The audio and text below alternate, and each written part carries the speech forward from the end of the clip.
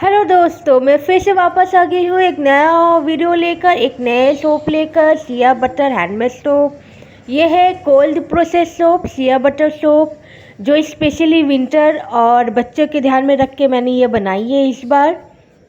काफ़ी टाइम बाद मेरी ये वीडियो आई है। काफ़ी कुछ लोगों की डिमांड थी कि मैं सिया बटर सोप बनाऊँ उनके लिए, तो मैंने जस्ट ये बनाई है। तो ये जस्ट आज ही मैंने रेडी की है। मैं नेक्स्ट वीडियो में आपको इसमें सोप कटिंग की प्रोसेस भी मैं शो करूँगी। इसमें मैंने coconut oil, olive oil, castor oil और सिया बटर का यूज़ किया हुआ है मैंने।